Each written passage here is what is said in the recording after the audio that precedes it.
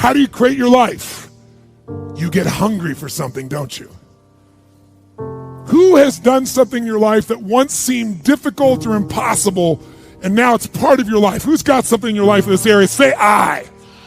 How did you do it? You created it 3 ways. Number 1, you decided there's something you wanted so bad that you unleashed all your desire. You became obsessed with it. If it was a business or a car or a relationship or a transformation in your body, if there's something you once envisioned and now it's real, it's because you didn't just envision it, you brought so much emotion to it that now it's in your life. It was once a dream, it was once a goal, and now it's in your life. How many have something like that in your life now? Say I.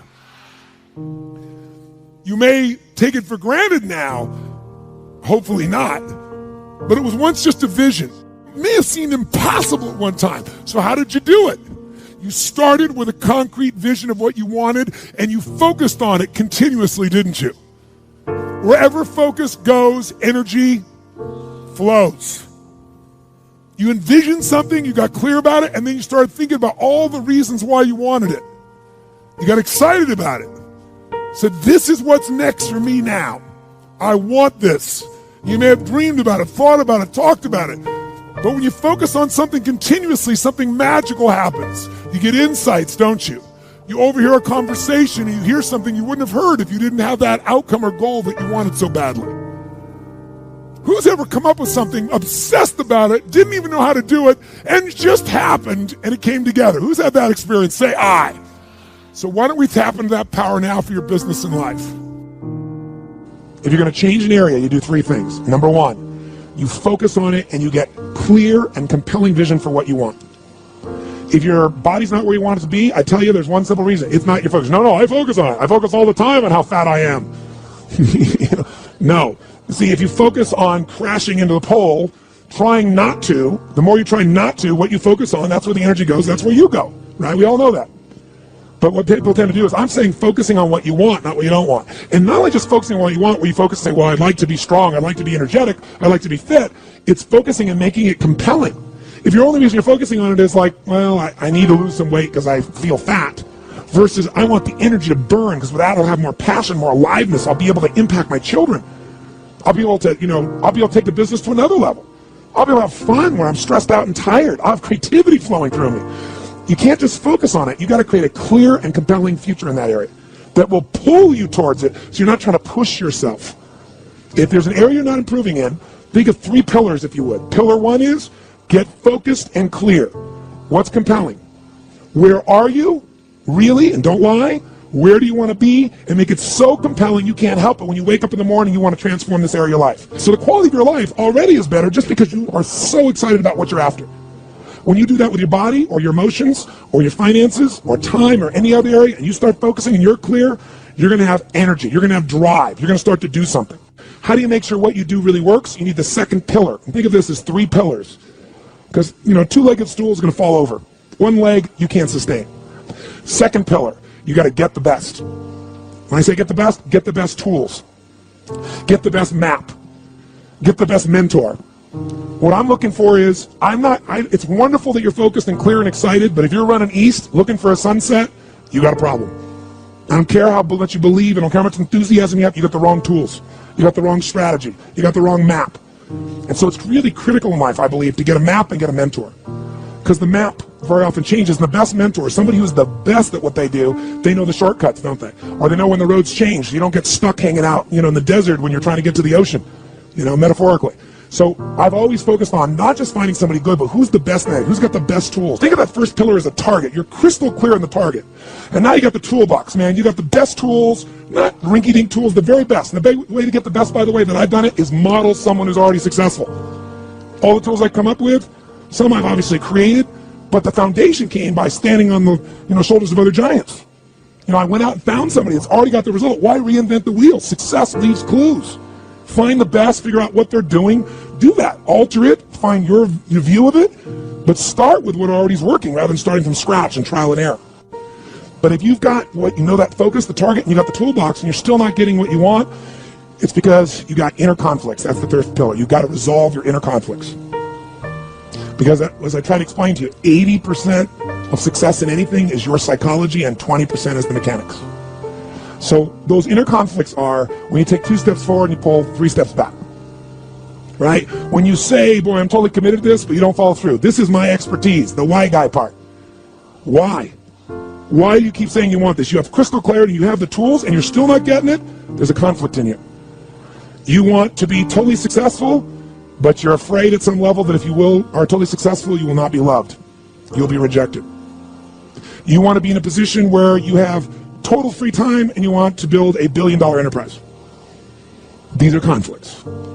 You really, truly know you got the tools and talents to make this happen, but a part of you doesn't think you deserve to succeed because of something you did at some point in your life or something you made up.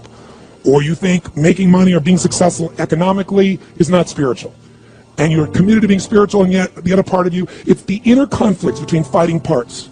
So what do we do in this third pillar? Think of it as a vault we got to unlock. Think of it as unlock and unleash. That's the third pillar. The way you unlock and unleash is you identify the conflicts. You get clear what they are. So you may have total clarity, even the tools, but how can you totally unleash and commit when you're being pulled in 2 different directions? So Tony, how do I solve that? There isn't one way.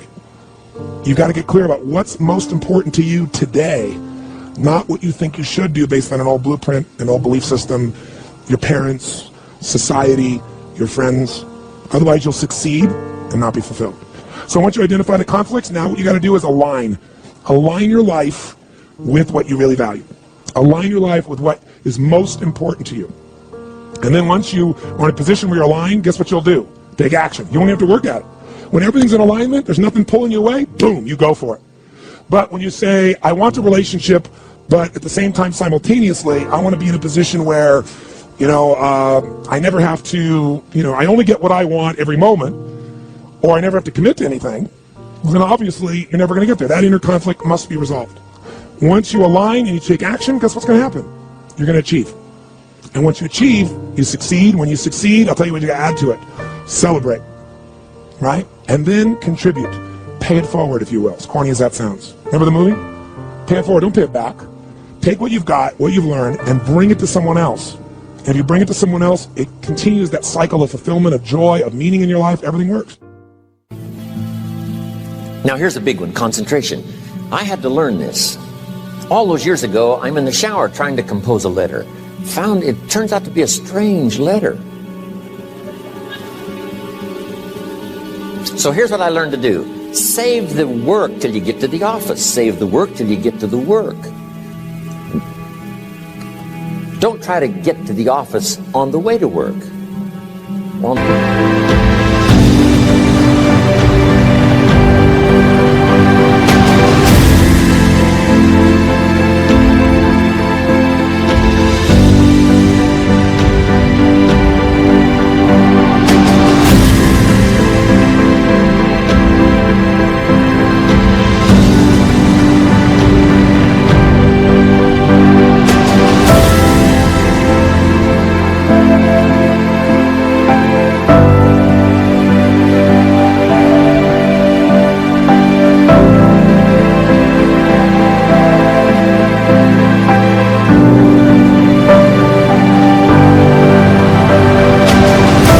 Way to work, enjoy the way. In the shower, enjoy the shower. Then go to work when you get to work.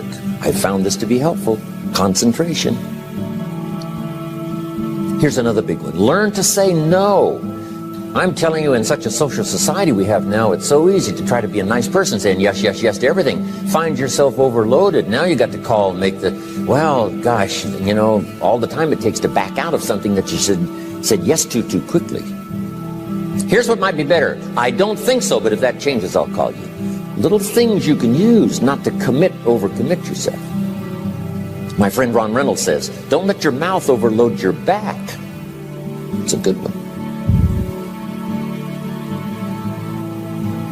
Now here's a big one on time management.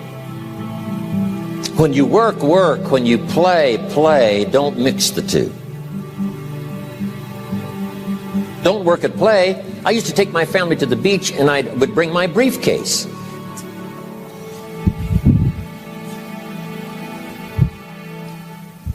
I learned not to do that. Or at the beach I'm saying I should be at the office, I should be at the office. Now my family's upset. Because I'm at the beach and I'm thinking office, office, office. Now when I'm at the office, I'm thinking what?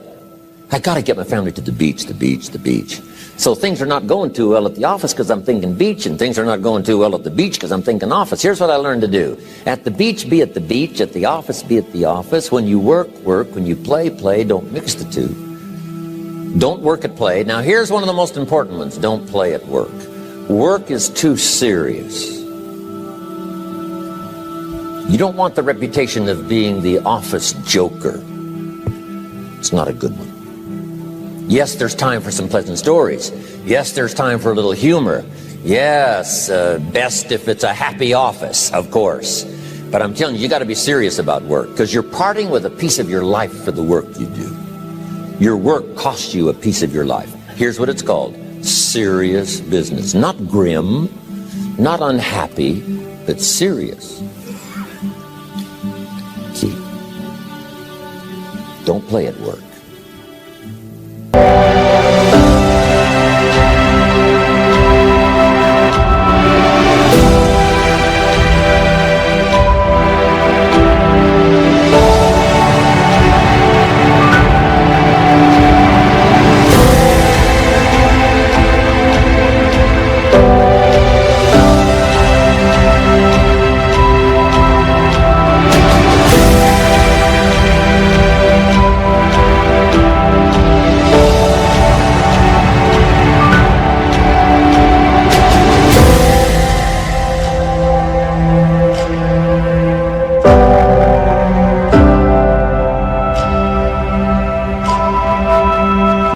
Expression, I don't think we use it anymore. Horse around at the office. Play around, play jokes, play tricks. No place, not at the workplace.